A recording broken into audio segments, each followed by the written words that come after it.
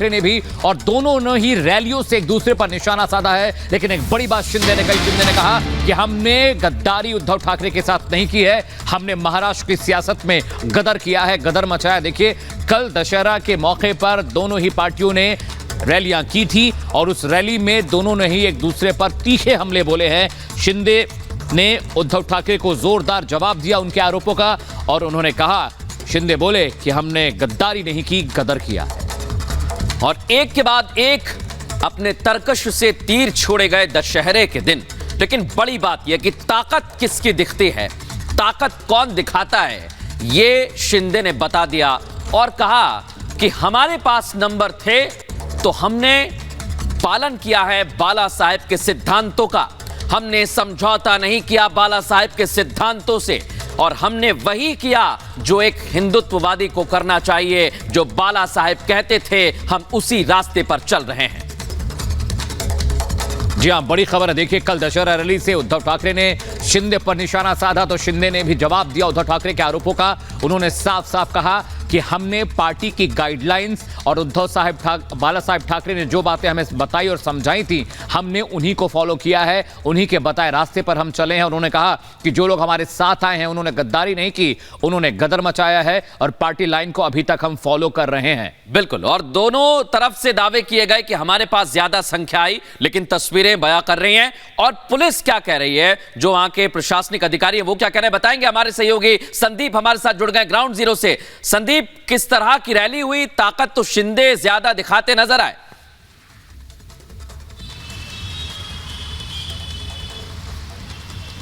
जी, निश्चित रूप से कल जो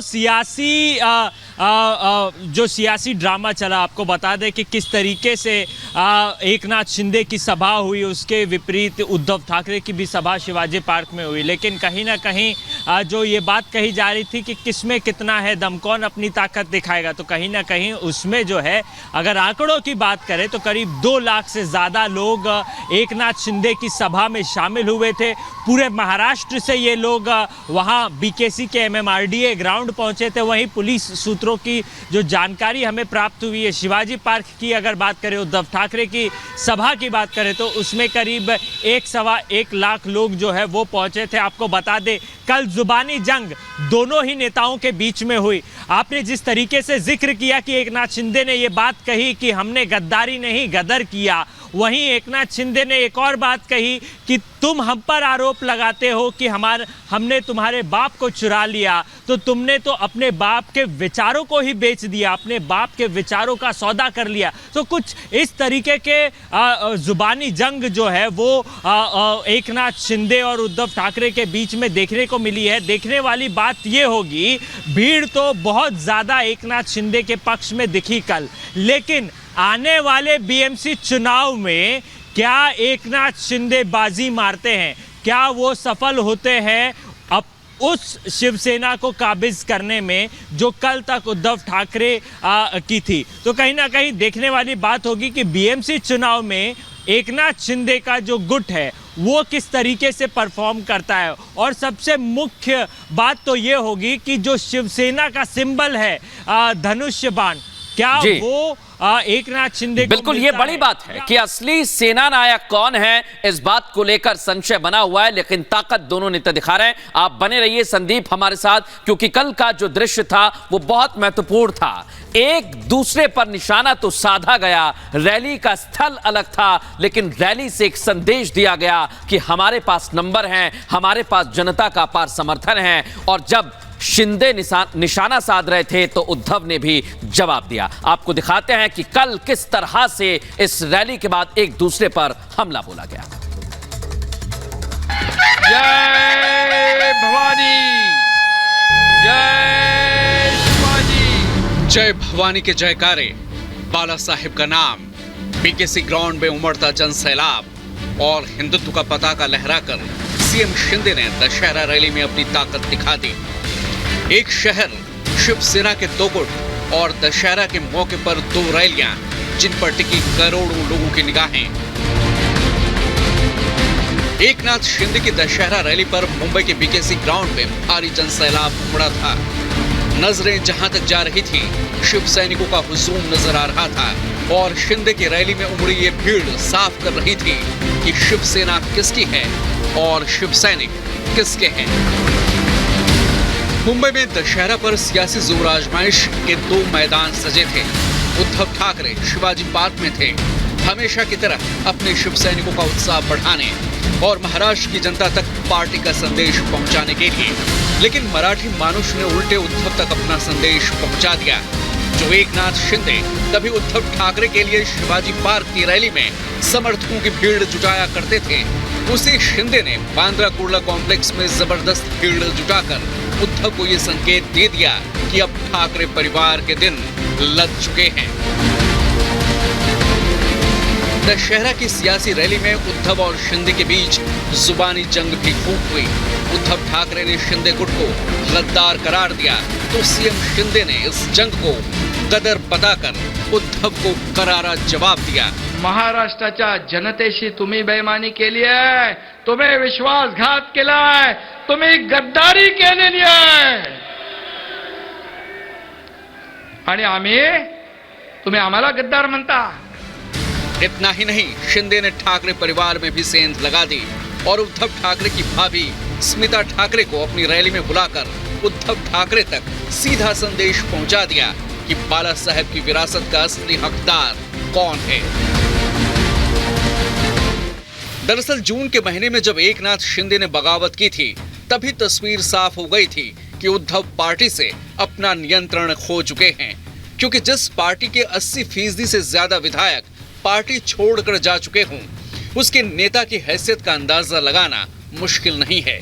इतना ही नहीं, पार्टी में अभी और भी बड़ी बगावत के संकेत हैं, जैसा कि रामटेक से शिवसेना सांसद कृपाल तुमाणे ने कहा है कि जो लोग शिंदे गुट की विचारधारा में विश्वास रखते हैं, वो खुद से कॉल कर रहे हैं और साथ जोड़ रहे हैं। लोगों के साथ जोड़ने का सिलसिला जारी है, अभी और लोग शिंदे गुट के साथ जुड़ेंगे। मौजूदा वक्त में शिवसेना के शिंदे गुट के साथ 40 विधायक और 12 लोकसभा सांसद हैं, जबकि ठाकरे गुट के साथ केवल 15 विधायक और 6 लोकसभा सदस्य बचे थे। अब इनमें भी सेंध लग चुकी है। तो ऐसे में सवाल यह है कि क्या ठाकरे परिवार का तलस्म टूट चुका है? तो क्या इसका सीधा असर अब बीएमसी चुनाव पर पड़ेगा, जिसे लेकर कल मुंबई में दोनों गुटों के बीच जोर आजमाइश हुई?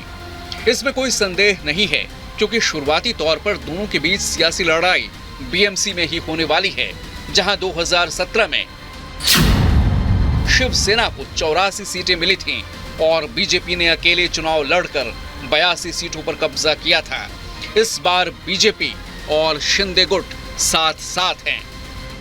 फिलहाल एकनाथ शिंदे और उद्धव ठाकरे के बीच खुद को असली शिवसेना साबित करने की जंग छिड़ी हुई है। दोनों गुट पार्टी के चुनाव चिन्ह तीर और धनुष के लिए चुनाव आयोग की चौखट पर हैं। अब चुनाव आयोग जो भी फैसला सुनाए, महाराष्ट्र की जनता ने अपना फैसला सुना दिया है कि असली शिवसेना कौन है और नकली कौन। Bureau report, Republic Bharat. तो असली और नकली शिवसेना को लेकर सवाल तो खड़े हो रहे हैं, लेकिन बड़ी बात, बड़ी खबर यह भी है कि कल जब शिंदे रैली कर रहे थे दशहरा पे, तो 2 लाख लोगों की भीड़ उस रैली में जमा हुई थी। ये बड़ी खबर आ रही है, क्योंकि उद्धव ठाकरे के मुकाबले कहीं ज्यादा है। जैसा कि मेरे सहयोगी संदीप बता रहे थे कि उद्धव ठाकरे की रैली में 1 लाख से कुछ ज्यादा लोग मौजूद थे, जबकि शिंदे जब रैली कर रहे थे तो वहां पर 2 लाख के करीब लोग मौजूद थे। संदीप का रुख करते हैं ग्राउंड जीरो। संदीप, मेरे सहयोगी लगातार अपडेट दे रहे, कल क्या कुछ हुआ, जिस तरह का सियासी घमासान कल दशहरे के मौके पर मचा, उसके बाद लगातार अभी तक वार पलटवार का दौर जारी है। संदीप, अगर आप मुझे सुन पा रहे हो संदीप, तो बड़ी बात यह है संदीप, जैसा कि आप बता रहे हैं कि शिंदे की रैली में ज्यादा भीड़ जुटी, लेकिन एक खबर यह भी है कि कुछ और नेता और विधायक टूटकर अब शिंदे गुट की ओर जा रहे हैं। क्या ऐसी कोई खबर है संदीप?